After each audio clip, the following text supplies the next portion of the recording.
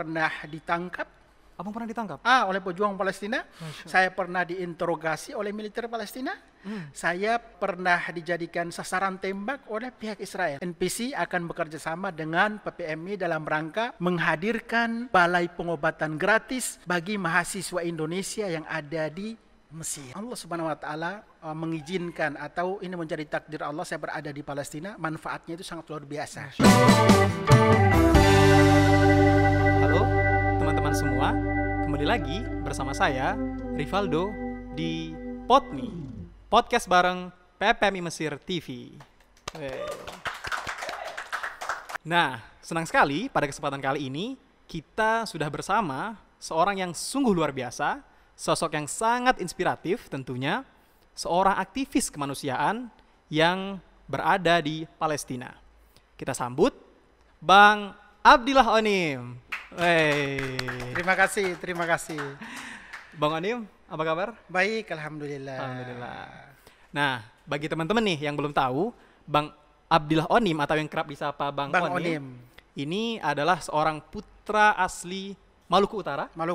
Putra asli Maluku Utara yang sejak 2009 sudah berada menetap di Palestina dan menjadi garda terdepan Duta Bangsa Indonesia dalam menyalurkan bantuan serta dalam misi kemanusiaan yang ada di Palestina. Masya Allah. Nasyarab bikum. Hayakallah, mashkurin. Ya. Bang Onim, sudah berapa lama di Kairo, Bang? Iya, bismillahirrahmanirrahim. Assalamualaikum warahmatullahi wabarakatuh. Pertama, tentunya saya sangat senang bisa berada di podcast PPMI Mesir TV, yang mana ini adalah salah satu saluran terdepan yang dijadikan sebagai saluran pertama bagi para mahasiswa Indonesia di Mesir. Ya, alhamdulillah saya berada di Mesir saat ini sudah 14 hari kalau tidak salah. 14 hari. Iya, 14 hari dalam rangka transit dan insya Allah akan melanjutkan perjalanan ke Indonesia. Oh, berarti Bang Onim mau pulang ke Indo? Iya, mau mudik sebentar, mau ketemu orang tua, mau ketemu ibu saya di sana dulu. Dari rencananya akan balik lagi ke Palestina. Jadi seperti yang sudah Mas Rivaldo sampaikan tadi, saya di Palestina alhamdulillah menginjakan kaki sejak tahun 2009. 2009, sekarang 2022, Bang. 2022, lebih dari 12 tahun. Masya Allah. Tetapi Rivaldo memang tidak terasa karena kegiatan begitu padatnya kegiatan berada di lapangan. Alhamdulillah memang tidak terasa sama sekali. Kalau Karena saya berada happy enjoy dan dinikmati sih untuk hidup di wilayah terjajah, wilayah konflik, dan memang tidak mudah untuk mengambil keputusan bisa menetap di jalur Gaza Palestina. Nah, siap. Jadi teman-teman semua, Bang Onim ini sejak 6 Juni kalau tidak salah sudah berada di Kairo dalam rangka ingin mudik begitu. Sebentar. Dalam rangka juga mungkin anak-anak sedang liburan sekolah. Masya Allah, sedang liburan sekolah dan ingin main ke rumah nenek begitu. Amin, Ya insya Allah. Ya Rab. Bang Onim, kita mungkin mulai dengan sebuah pertanyaan yang menjadi pertanyaan semua orang, bahkan saya sendiri begitu. Ya. Kita penasaran sekali nih, Bang. Antum sebagai orang Indonesia yang waktu itu masih muda, kemudian masih bujang lah ya. Masih bujangan begitu. Nah, itu bagaimana sih cerita awalnya? Cerita awalnya Bang Onim memutuskan untuk concern nih di isu Palestina, bahkan bukan hanya concern isu Palestina, teman-teman. Beliau ini sudah menetap tinggal di Palestina. Nah, ini mungkin kita minta infonya atau ceritanya begitu. Iya, ini salah satu pertanyaan yang sangat penting yang mungkin teman-teman di luar sana pun ingin tahu ya. Kenapa Bang Onim mengambil keputusan untuk berada di Palestina dan sejak kapan? Jadi memang menjadi seorang relawan itu saya sudah sejak tahun 2000 menjadi relawan. Jadi pada saat itu saya bergabung dengan salah satu lembaga kemanusiaan terbesar di Indonesia namanya MERSI. Medical Emergency Rescue Committee. Saya di situ diajak untuk terjun ke menjalankan misi kemanusiaan di wilayah bencana. Salah satunya waktu itu saya dikirim ke wilayah Aceh. Waktu tsunami saya dikirim ke wilayah Aceh, dan memang untuk pertama kali saya menginjakan kaki menjadi aktivis kemanusiaan Palestina itu pada tahun 2009 bersama dengan teman-teman Mercy waktu itu. Jadi perlu sampaikan bahwa tidak mudah sekali untuk mengambil keputusan bisa berangkat ke Palestina. Dan perlu sampaikan Rivaldo bahwa pada tahun 2008 pada saat agresi penjajah ke wilayah Jalur Gaza yang menewaskan ribuan orang, waktu itu saya mendaftarkan diri untuk menjadi relawan salah satu di Mercy. Dan perlu sampaikan bahwa setelah saya mendaftar itu lebih dominannya adalah rasa takut. Takut banget, iya, ngeri, rasa takut, begitu. ngeri, karena waktu itu kan kita sering melihat pembunuhan, terus penghukuman di media sangat ramai yang memberitakan tentang situasi di Jalur Gaza. Dan perlu sampaikan bahwa pada saat itu saya menyampaikan kepada orang tua saya, ibu dan bapak saya, dan mereka langsung jatuh sakit. Iyalah, kaget begitu Bang? Kaget lah. Pada saat saya menyampaikan bahwa saya akan berangkat ke Palestina, otomatis di benak mereka, ini Bang Onim atau putra kami cari mati nih di Palestina. Karena kan kita berpikir untuk berangkat ke Palestina pasti setor apa? Setor nyawa kan? Iya, setor nyawa. Tapi alhamdulillah saya kembali ke kampung halaman dan meyakinkan kepada bapak dan ibu saya bahwa salah satu yang paling saya ingat, saya sampaikan bahwa dalam Islam itu kita diajarkan untuk saling membantu. Nah, itu saya sampaikan, dan secara perlahan dalam 1 pekan mereka yang tadinya rasa khawatir, rasa takut, berbalik arah. Berbalik dengan menyampaikan bahwa kami sudah lansia dan kami mengizinkan putra kami untuk berangkat ke Palestina bersama dengan teman-teman Mercy. Nah, yang awalnya takut, terus mengatakan bahwa sepertinya ini setor nyawa, sepertinya sudah dipengaruhi oleh aliran tertentu, tapi alhamdulillah dengan meyakinkan bahwa dukungan. Nah, itu salah satu tahap yang harus saya lalui, meyakinkan kepada berarti lumayan panjang Bang ya, lumayan panjang. Dan setelah itu alhamdulillah saya berangkat bersama dengan teman-teman Mercy. Teman-teman Mercy dan Rivaldo perlu sampaikan bahwa saya ini bukan backgroundnya bukan santri. Bukan santri, otomatis kan teman-teman akan bertanya dapat ilmu bahasa Arabnya dari mana? Sedangkan saya akan diterjunkan ke wilayah Timur Tengah atau negara Arab di Palestina. Iya, jadi waktu itu memang saya pernah ikut kursus bahasa Arab di Yayasan Al-Manar di Jakarta. 1 tahun. Posisinya Abang sudah masih di Jakarta, terfikirkan untuk ingin ke Palestina sehingga harus mengambil kursus bahasa, atau memang belum sama sekali kepikiran? Untuk terjun ke Palestina itu saya sama sekali tidak terpikirkan untuk berangkat ke Palestina. Sebelumnya belum ada bayangan Bang? Belum ada bayangan dan tidak punya niat dan tidak punya keinginan, bahkan tidak memahami tentang sejarah Palestina. Awalnya? Tidak tahu apa itu Masjidil Aqsa yang awalnya memang sangat kita ketahui tentang kiblat pertama Islam dunia. Saya pun bahasa Arabnya masih nus-nus lah. 50%, tapi alhamdulillah saya dipercayakan untuk berangkat ke Palestina oleh ketua Mercy tersebut. Iya, seperti itu. Oke, berarti tahapan yang Bang Onim lakukan untuk sebelum berangkat memutuskan 2009 itu panjang Bang. Panjang harus banget, harus meminta izin kepada orang tua di kampung Bang ya? Di kampung. Belum berangkat ke Palestina itu sudah harus menyediakan surat wasiat. Ya, surat wasiat, karena kita akan berada prosedur. Iya, ini prosedur, dan memang kalau kita berada di wilayah konflik harus sudah menulis surat wasiat. Jadi saya menulis surat wasiat, jika nanti terjadi sesuatu saya di Palestina, maka diikhlaskan. Tapi ternyata alhamdulillah saya sangat yakin bahwa usia atau umur itu bukan ditentukan oleh manusia, tapi ditentukan oleh Allah Subhanahu wa Ta'ala. Jadi alhamdulillah setelah selesai menjalankan misi kemanusiaan, proses pembangunan rumah sakit Indonesia, tahu kan di Gaza, salah satu simbolis persaudaraan antara Indonesia dan Palestina, rumah sakit Indonesia saat ini sudah diterima dan sudah dimanfaatkan oleh masyarakat Palestina. Itu melalui masyarakat Indonesia, dikoordinir langsung oleh teman-teman Mercy Medical Emergency Rescue Committee. Oke, kalau Bang Onim sendiri, background pendidikannya apa Bang, boleh? Iya, saya lulusan sarjana ekonomi dan perbankan syariah di Universitas Muhammadiyah Profesor Dr. Hamka di Jakarta. Iya, di lulusan tahun 2007. 2007. Lulusan tahun 2007 dan memang sebelumnya itu saya juga ingin sekali untuk belajar di LIPI ya untuk memperkuat bahasa. Tapi karena waktu itu kan saya dari Galela ke Jakarta memiliki KTP Maluku bukan KTP DKI. Jadi tidak sempat untuk mendaftar di LIPI ya di Jalan Buncitraya. Akhirnya melanjutkan kuliah di Universitas Muhammadiyah Profesor Dr. Hamka. Alhamdulillah selesai 2007 masuk 2003, selesai 2007 sarjana alhamdulillah. Setelah itu ya kembali lagi ke selesai menjalankan misi kemanusiaan 2010, waktu itu 2009 pulang ke Indonesia, 2010 balik lagi nih ke berarti Palestina. Abang 2009 berangkat dari Jakarta ke Palestina. Itu sempat pulang? Iya sempat pulang. Jadi 2009 ke sana sekitar 2-3 bulan kalau tidak salah di jalur Gaza. Saya tinggal di jalur Gaza. Setelah itu pulang lagi ke Indonesia. Dan dalam berapa tahun kemudian, 1 tahun kemudian itu diberangkatkan lagi untuk melanjutkan misi kemanusiaan pembangunan rumah sakit Indonesia tersebut.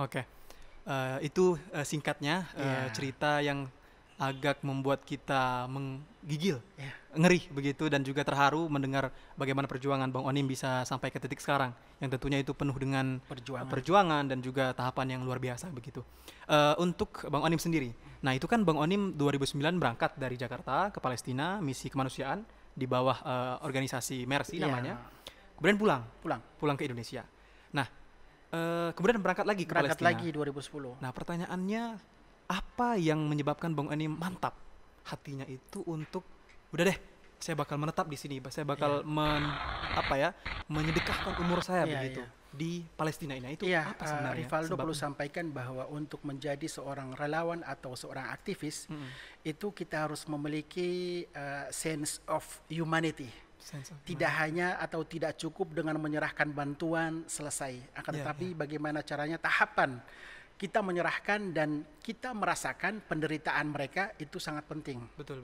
Karena jika kita menjalankan misi kemanusiaan hanya menyerahkan selesai, itu siapa saja bisa melaksanakan. Betul. Dan itu ada titik di mana kita merasa bosan.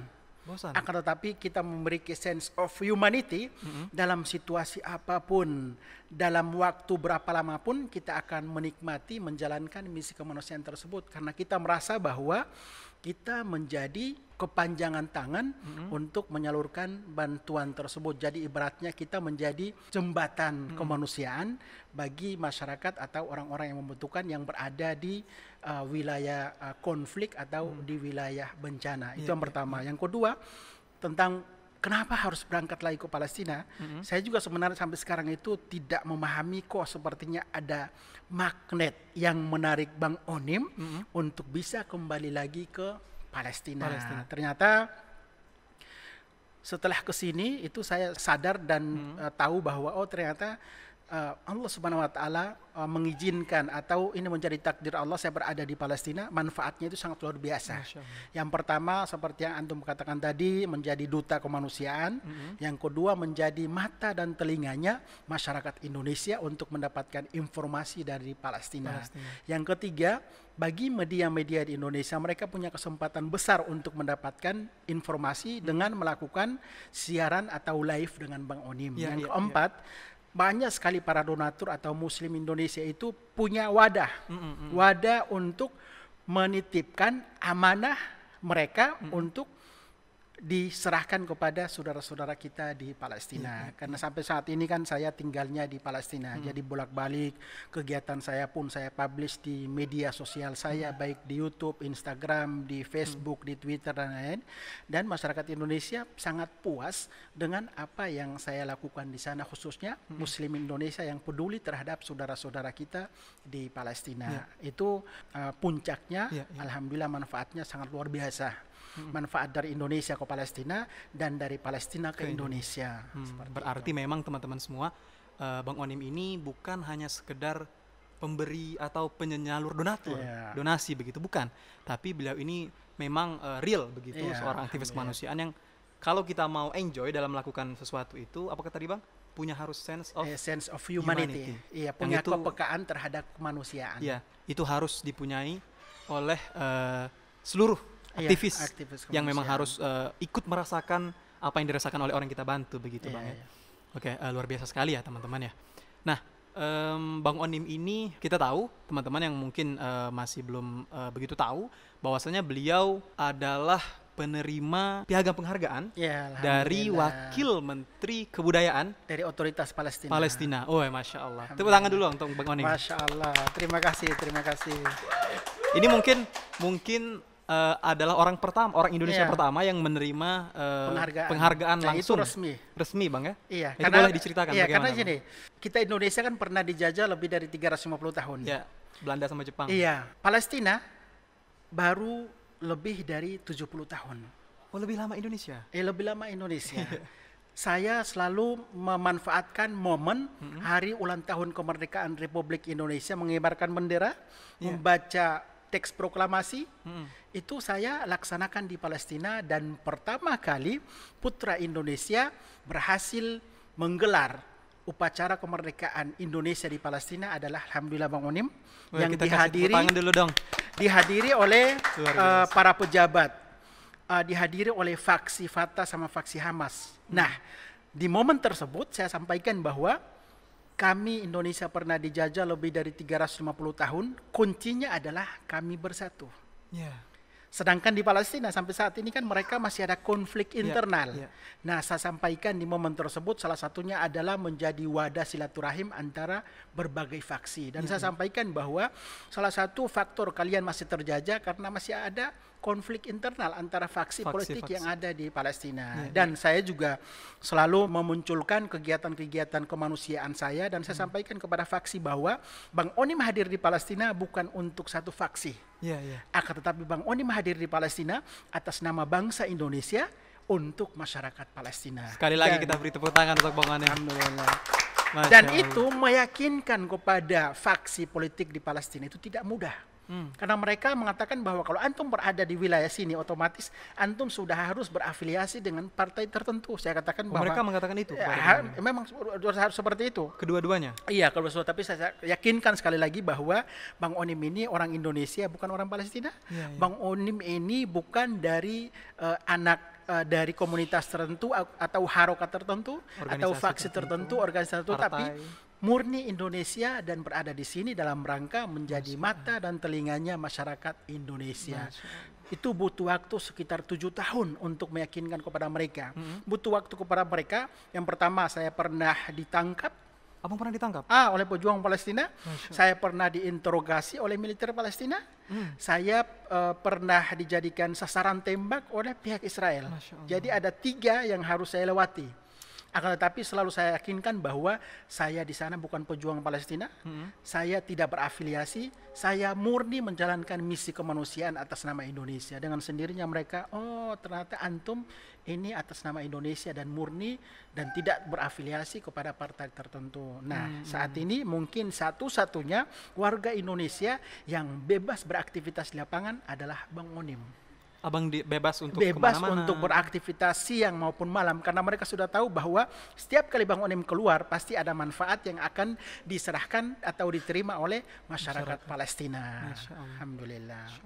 Nah, itu teman-teman ya. Jadi selain karena punya sense of humanity yang kuat, Bang Onim juga beliau ini tidak berafiliasi dengan gerakan atau organisasi apapun. Memang mandiri, semata-mata berada di Palestina untuk misi kemanusiaan. Tidak berafiliasi baik itu di Palestina maupun di Indonesia. Alhamdulillah, Masya Allah. Nah, ngomong-ngomong tentang donasi, ngomong-ngomong tentang bantuan, karena kita tahu Bang Onim bahwasanya masyarakat Indonesia itu kalau mengenai isu-isu Palestina sangat peka. Tertariknya luar biasa. Alhamdulillah bangsa Indonesia itu sangat tertarik begitu, dan juga bukan luar hanya biasa. Mendoakan saja, tapi banyak yang ingin menyalurkan bantuan dan lain-lain ke Palestina. Nah, Bang Onim ini teman-teman adalah seorang founder atau pendiri dari sebuah organisasi kemanusiaan bernama Nusantara Palestina Center, NPC, atau disingkat NPC. Nah, ini boleh diceritakan sedikit Bang tentang NPC ini apa, dan kemudian gerakan-gerakannya dan lain-lain. Sebelum ke NPC saya beraktivitas di bidang kemanusiaan itu sejak tahun 2000. Sudah lama. Di Indonesia. Yang kedua, terjun ke dunia kemanusiaan di Palestina itu pada tahun 2009. Nah, setelah 2009, 2010 sampai dengan 2014 alhamdulillah berbagai lembaga kemanusiaan Indonesia itu mempercayakan kepada Bang Onim untuk menyalurkan bantuan bagi masyarakat Palestina. Saya berpikir bahwa saya harus mendirikan sebuah lembaga yang akan mewadahi, yang akan memfasilitasi seluruh NGO Indonesia dalam rangka mendistribusikan. Karena kan ini berkaitan dengan amanah ya. Betul, betul. Masyarakat Indonesia ini saat ini tuh semakin peka dan semakin berhati-hati dalam menyalurkan bantuan bagi saudara-saudara mereka di Palestina. Mereka ingin tahu bantuan ini diserahkan langsung kepada masyarakat Palestina. Dan luar biasanya itu saya tidak hanya mendirikan lembaga Nusantara Palestina Center pada tahun 2018-2019. Didirikannya. Saya dirikan di Indonesia dan saya juga berada di lapangan untuk mengeksekusi program bantuan, berbagai bantuan dari lembaga kemanusiaan, termasuk salah satunya dengan Ustadz Agim punya program di sana luar biasa.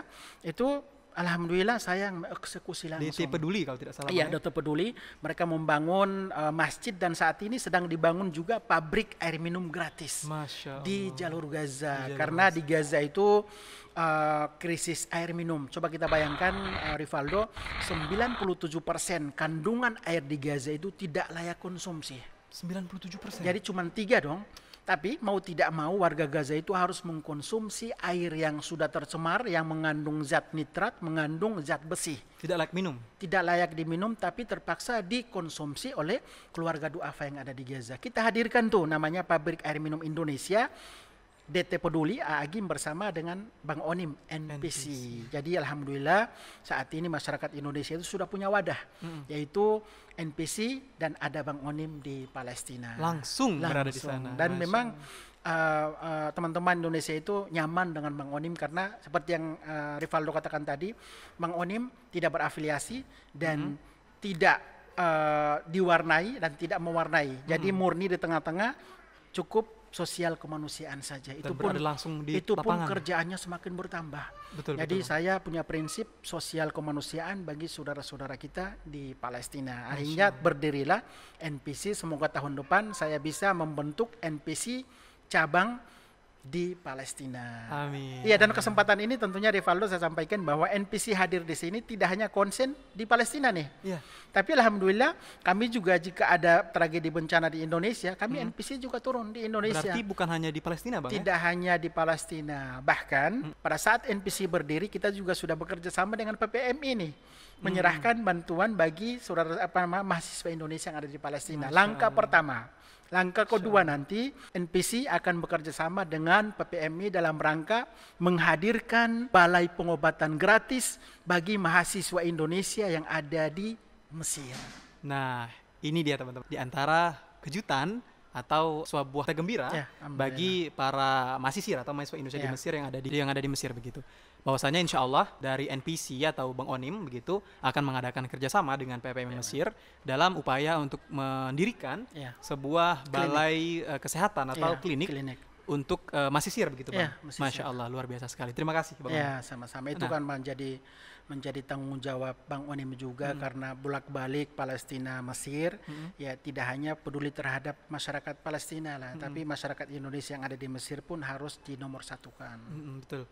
Kita sekarang lumayan banyak, Bang, di Mesir, Bang. Kita lebih di atas 10.000 begitu. 12.000 kalau tidak salah. Kemarin saya sempat bertemu dengan Bapak Duta Besar Pak Lutfi, beliau sampaikan jumlahnya dan luar biasanya rencana kerjasama ini diapresiasi oleh Bapak Duta Besar Bapak Lutfi. Masya Allah. Bahwa ini sebuah gebrakan yang luar biasa nih yang dilakukan oleh Bang Onim. Jadi nanti peresmiannya akan hadir Pak Duta Besar dan juga Bang Onim. Wih, tepuk tangan. Kita bakal punya klinik, teman-teman. Amin, insya Allah. Amin.